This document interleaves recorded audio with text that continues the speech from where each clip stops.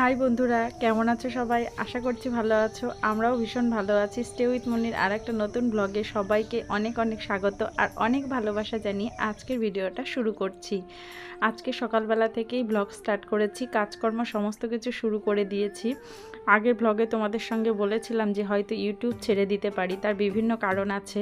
কয়েকটা কারণ তোমাদের সঙ্গে জানিয়েছিলাম, কিন্তু তোমরা সত্যি ইউটিউবে আসার পরে আমি এতটা পরিমাণে তোমাদের কাছে ভালোবাসা পাবো মানে আশাই করিনি। তো তোমরা আমাকে এতবার রিকোয়েস্ট করেছো, সবাই মিলে এত কমেন্ট করেছো, সত্যি আমার মনটা না ভরে গেছে। মানে আমি যখন কমেন্টগুলো পড়ছিলাম তখন আমার চোখে ইভেন জল চলে এসছে, কারণ আমার মতো একটা সাধারণ মানুষ যে ইউটিউবে এসেও এতটা ভালোবাসা পাবো। সুমনা, তুমি তো রোজ আমাকে কমেন্ট করো, আরও অনেকে আছে আমার ভিডিও রোজ দেখে, কিন্তু হয়তো কাজের চাপে তাদের কমেন্ট করা হয়ে ওঠে না। সত্যি তোমাদের ভালোবাসায় আমি ভীষণ পরিমাণে আপ্লুত। তো সেই জন্য দেখো ইউটিউবটা ছাড়তে পারিনি। আর সত্যি কথা বলতে ভিডিও করা যেন এখন একটা নেশার মতো হয়ে গেছে। তো ভাবছি যে আর্ন হোক আর না হোক এই নেশাটাকেই চালিয়ে যাই অল্প অল্প করে। আর ওমসোনাকে ভিডিওতে দেখাতে পারছি না বলেই আমি কিন্তু ভিডিও করা ছেড়ে দিতে চাইছিলাম, কিন্তু চেষ্টা করছি যে অল্প অল্প করে ওকে দেখিয়ে যদি মোটামুটি একটা স্থিতাবস্থায় আসা যায়। তো সূর্যেন্দু পাল, জনি মণ্ডল, সুপ্রিয়া, দীপালি ইটিং শো, মামনি পাল, উর্মিতা, তারপরে সুমনা, তুমি তো আছোই, অলকা ব্লগ, বেগম শামীম পারভিন, পল্লবী অদিতি, এরকম অনেকে আমাকে অনেক কমেন্ট করেছে। তোমাকে অসংখ্য অসংখ্য ধন্যবাদ জানাই সবাইকে। তো দেখো এখানে সকালের কাজকর্ম সেরে আমি এবারে সব বাসন মেজে নিচ্ছি, কারণ স্কুল তো শুরু হয়ে গেছে তোমরা সবাই জানো। আর এখন ভীষণ পরিমাণে তাড়াহুড়ো আর চাপ চলে এসছে। যতটা পরিমাণে ওমসোনাকে নিয়ে ব্যস্ত আগে থাকতাম, এখন ওকে তো সময় যেমন কম দিতে পারছি, তেমনি সংসারের কাজও বেড়ে গেছে। প্রথম ঘুম থেকে উঠে আগে ওমসোনাকে নিয়ে খানিকক্ষণ বেরু করতে হয়। সেটা কোনো দিন আমি করি, কোনো দিন ওর বাবা করে, ওর ঠাম্মি করে। তার মধ্যে যে ফাঁকা থাকে সেইভাবে কিন্তু কাজ করে নেয়। তো এখানে দেখো সমস্ত বাসন আমার মাজা হয়ে গেছে। আর যেহেতু আমরা গ্রামে কাঠের উনুনে রান্না করি, সেহেতু হাঁড়ির মধ্যে যে মাটিটা দিয়ে নিলে পরে মাজতে সুবিধা হয়। দেখলে কত তাড়াতাড়ি কালিটা উঠে গেল। তো সেই কাজটাই এখন করে নিচ্ছি। আর কারা কারা গ্রামের বাড়িতে এরকম কাঠের উনুনে রান্না করো, আজকে ব্লগ দেখছো, আমাকে কিন্তু কমেন্ট করে জানিও। আর তোমরা হয়তো অনেকেই অনেক রকমভাবে প্রশ্ন করবে আমাকে, তো যদি কিছু প্রশ্ন থাকে অবশ্যই কমেন্ট বক্সে জানিও, আমি অবশ্যই উত্তর দেওয়ার চেষ্টা করব। আর ওমসোনা এখন জানো তো অনেক কিছু অ্যাক্টিভিটি শিখে গেছে, উল্টাতে শিখে গেছে, মাঝে মাঝে বসাচ্ছে, একটু বসতেও শিখে যাচ্ছে। আর ওমসোনা যেহেতু এখন ওর 5.5 মাস বয়স হয়ে গেছে, 5.5 মাসের একটা অ্যাক্টিভিটি ভিডিও নিয়ে আসবো, কিন্তু শ্যুট করা হচ্ছে না সেইভাবে, তো নিয়ে আসতে পারছি না। আর সব কাজকর্ম সেরে এখন আমি ব্রাশ করছি। আর ব্রাশ করার সময় না আমি এদিক ওদিক একটু প্রকৃতি দর্শন করি আর কি, যেটা হয়। আর তার মধ্যে চিন্তা তো আছে, আরও হচ্ছে যদি স্কুল খুলে যায় তখন আবার আরেকটু চাপ হয়ে যাবে। তো এখানে দেখো প্রেগনেন্সির পরে তো সবারই আর কি হিমোগ্লোবিনটা কম থাকে, আয়রনের ওষুধ তো খাচ্ছি। তো এখানে আমার শাশুড়ি কুলেখাড়ার পাতা নিয়ে এসছে, আর এটা আগে মিক্সিতে পেস্ট করে খেতাম, আগের ভিডিওতেও দেখিয়েছিলাম। তো দেখো ওমসোনা কি করছে, কথা হচ্ছে চায়না ভাষায় কথা বলছো ওমসোনা? তাই ওমসোনা আবার হাতও খাই কে? কেন হাত খাওয়া? কেন হাত খায়? ছোট্ট বাচ্চারা, বিশেষ করে 4-5 মাসের বাচ্চারা যত হাতটা পাটা মুখের মধ্যে দেবে ততই নাকি ভালো। আর এর পরবর্তীকালে ওদের কিন্তু এতে খাওয়ার অভ্যাসটা তৈরি হয়, আর সমস্ত কিছু জিনিসের ওরা স্বাদ বোঝার জন্য মুখের মধ্যে দিতে আর কি সুবিধা হয় ওদের। তো দেখো ওমসোনাকে নিয়ে খানিকক্ষণ কাটানো, মানে ওর মেডিসিন দেওয়া, ওকে একটু ফিট করানো, ঘুম পাড়ানো, সব করা পরে আমি ঘরটা ক্লিন করে নিলাম, কারণ আমাদের ঘরের প্রধান জিনিস হচ্ছে আমাদের বেডরুম। তো বেডরুমের মধ্যে বিছানার চাদরটা যদি ঠিকঠাক পাতা থাকে, একটু টান টান থাকে, তাহলে ঘরটা বেশ পরিষ্কার পরিচ্ছন্ন মনে হয়। আর প্রত্যেক ঘরেই এখন না একটা করে বালিশ দরকার হচ্ছে। তো এতগুলো বালিশ কোথা থেকে আসবে? মোটামুটি 3 ঘরে 3টে ওমসোনার বালিশ আছে। আর এখানে একটা বালিশের কভারের মধ্যে আমি একটা কাপড় ঢুকিয়ে দিয়ে এটাকে একটা বালিশের মতো তৈরি করে নিলাম। কারণ যখন যেখানে ঘুমিয়ে পড়ছে, প্রত্যেক রুমেই যাচ্ছি হয়তো গরমের জন্য এখানে ওখানে, তো সেখানে মনে হচ্ছে একটা বালিশ দাও, আবার ওই ঘর থেকে আনা একটা ঝামেলা, তাই একটা বালিশ এই ঘরেই তৈরি করে নিলাম।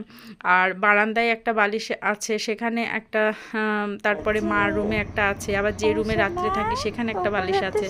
তো এতগুলো বালিশ তো মানে আর তো বালিশ কেনা সম্ভব না, তাই না? তো এই জন্য আবার একটা বালিশ বানিয়ে নিলাম। আর দেখো ওমসোনা এখানে উল্টাতে শিখে গেছে, একা একাই উল্টেছে। এই সমস্ত কিছু করার পর এবার আমি চলে এসেছি রান্না করতে। প্রচণ্ড গরম পড়েছে, একবারে রান্না করছে। আর আজকের মেনুতে আছে টক ডাল আর একটা সবজি, কুমড়ো ডাঁটা, মিষ্টি আলু, তারপরে পটল, সমস্ত কিছু দিয়ে। আর ওর বাবার জন্য একটু রসুন ভাজা করে দিচ্ছি, ও রসুন ভাজাটা খুব ভালো খায়। আর ওখানে দেখো শাকটা সবে দিলাম আর কি ফোড়নের ওপরে, একটু পেঁয়াজ কুচি দিয়েছি আর লঙ্কা দিয়েছি আর কালো জিরে দিয়েছি আর 2-1 কুচি রসুন দিয়েছি। হ্যাঁ, এই শাকগুলো মা পাঠিয়েছিল, মা আর কি তুলেছে, যেহেতু মা বাড়ি আর কি কাছাকাছি, সেই জন্য ওকে দিয়ে পাঠিয়ে দিয়েছিল। তো এখন রান্নাবান্না খুব তাড়াতাড়ি কমপ্লিট করে নিচ্ছি, ভাতটাও আগে হয়ে গেছে। এবার ডালের সঙ্গে আরন্ত আবার আলু ভাজা চাইবে, তাই কয়েকটা চিপস করলাম। আর দেখো ডিম সিদ্ধ দিয়েছিলাম। তো এই হলো আজকের মেনু, দুবারের রান্না, একবারে করে রেখে স্কুলে যাই, তো এই জন্য একটু বেশি রান্না করতে হয়। আর তারপরে ওমসোনাকে এসে ফিট করানো, গায়ে তেল মালিশ করা, স্নান করা, তার মধ্যে আবার টুবানকে খাইয়ে দেওয়া। কিছুতেই খাবে না, না আর কি, না খাইয়ে দিলে পরে যদি একটু নিরামিষ মেনু হয়েছে তো মা খাইয়ে দাও, তো ওকে খাইয়ে স্নান টান করি এবার রেডি হয়ে নিয়েছি। তার মধ্যে তো অনেক অন্যান্য কাজ থাকে, যেমন বেরোচ্ছি বলে ওমসোনার ফিডিং বোতল টোতলগুলো সমস্ত কিছু গুছিয়ে রেডি করেছি। তারপরে নিজের জন্য ব্যাগ ঠ্যাগ গোছানো, এই সমস্ত কিছু প্রচুর কাজ থাকে। মানে বেলা 10টার মধ্যে এত কিছু করা না হিমশিম খেয়ে যাচ্ছে, সেই জন্য তোমাদের জন্য রোজ রোজ হয়তো ব্লগ নাও নিয়ে আসতে পারি। তার মধ্যে চলছে আরনের প্রজেক্ট, তো এই নিয়ে ভীষণ ব্যতিব্যস্ত চলছি। তো এই পর্যন্ত যারা ব্লগটা দেখছো, আশা করছি ব্লগটা ভালো লাগছে। আর যদি তোমাদের ব্লগটা ভালো লাগে তাহলে প্লিজ একটা লাইক করে দিও। আর আমাদের সঙ্গে থাকতে চাইলে নতুন হলে প্লিজ চ্যানেলটাকে সাবস্ক্রাইব করে দিও। আর তোমরা ওমসোনাকে অনেক অনেক ভালোবাসা দিয়েছো, বলেছে ওমসোনাকে না দেখলে ভালো লাগে না, তা তাদের জন্য ওমসোনাকে কিন্তু অল্প অল্প ভিডিওতে দেখানোর চেষ্টা করছি। তো সত্যি তোমাদের ভালোবাসা পেয়ে আমরা ভীষণ ভীষণ ভাবে আপ্লুত। আর দেখো আরনের প্রজেক্টে কতটা হয়েছে, দেখো এখানে একটা ট্রাফিক সিগন্যাল বানাতে বলা হয়েছিল, তো এটা এরকম পজিশনে হয়েছে। এবার এই সাইড দিয়ে এরকম পুঁথি মতো লাগিয়ে দেব, তাহলে ওটা কমপ্লিট। যখন ওটা নিয়ে যাবে স্কুলে তখনই আর কি হবে। আর ওমসোনাকে এই যে ঘুম পাড়িয়ে রেখে এইবার যাব। তার আগে ওর বাবা ওকে মানে ঘুম পাড়িয়েছে, একবার ফিট করাচ্ছে, মানে যত তাড়াতাড়ি ভাবছি যাওয়ার আগে অনেকবার আর কি ফিট করাতে পারি। তো আমার অবস্থা দেখো, মানে আমি যে কিছু বলবো সেটাও বলতে পারছি না। ও ক্যামেরা অন করেছে, আমি কিছু বলতেও পারছি না, আমার আর বলার ভাষাই নেই।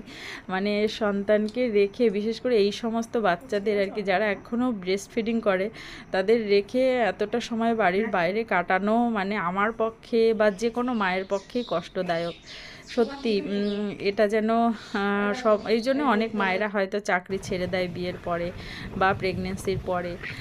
তো কিছু করার নেই, সন্তানের দিকটাই আগে। আর সবচাইতে বড় কথা হচ্ছে সন্তান ছোটোবেলা থেকে বড়োবেলা পর্যন্ত মা বাবার কাছে কিছুই চায় না, যেটা চায় সেটা হচ্ছে তাদের সময়, তাই না? তো দেখো স্কুলে তো কিছু করিনি, মানে করিনি বলতে ভিডিও করিনি, একটুখানি ছবি একটা তুলেছিলাম দেখালাম। তারপর ওমসোনাকে বাড়িতে এসে তাড়াতাড়ি করে আগে ফিট করিয়েছি, এবার সবাইকে ভাত বেড়ে দিচ্ছি। আর দেখো সব ভাত জলের ওপরে স্ট্যান্ড দিয়ে তাই বসাতে হয়েছে, না হলে পিঁপড়ে লেগে যাচ্ছে, এত গরমে পিঁপড়ে। তা মা বললো যে আমি ওমসোনাকে ধরছি, তুমি তাহলে খেয়ে নাও। তা আমরা আগে খেয়ে নিচ্ছি, তারপরে মা আর কি খেতে বসবে। আর এই যে টুবানকে আগে খাইয়ে দিয়েছি, এবার ও ভাইয়ের সঙ্গে আর কি একটু মশকরা করছে। আর এই তো হলো আমাদের জীবন। এইবার ওমসোনাকে নিয়ে বাকি সময়টা আমি ওকে নিয়েই কাটাবো। বিকালবেলা সন্ধ্যার আগে একটু করে মাঠে নিয়ে যাচ্ছি, আর বাকিটা সময় ওর সঙ্গে কাটাচ্ছি। তো ওমসোনা কিন্তু এখন অনেক কিছু শিখে গেছে, ও সবাইকে এই এই করে ডাকতে শিখে গেছে। কেউ যদি সামনে দিয়ে যায় তাকে ডাকে, পরিচিত খুব পরিচিতদের কাছ থেকে আর কি হাত বাড়িয়ে দেয়, এই সমস্ত কিছু জিনিস করছে। তোমাদের বাচ্চারাও কে কতটা শিখেছে আমাকে কমেন্ট করে জানিও কিন্তু।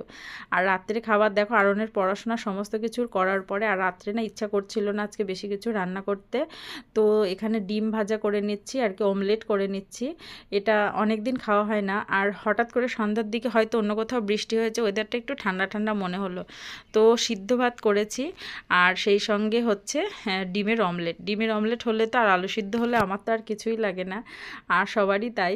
তো কিন্তু আরন কিন্তু খায় না, এই যে নিয়ে প্রথমে মাকে দিলাম আর ও কিন্তু খায়নি, আর আমি এখানে নিয়েছি আলু সিদ্ধ, পটল সিদ্ধ আর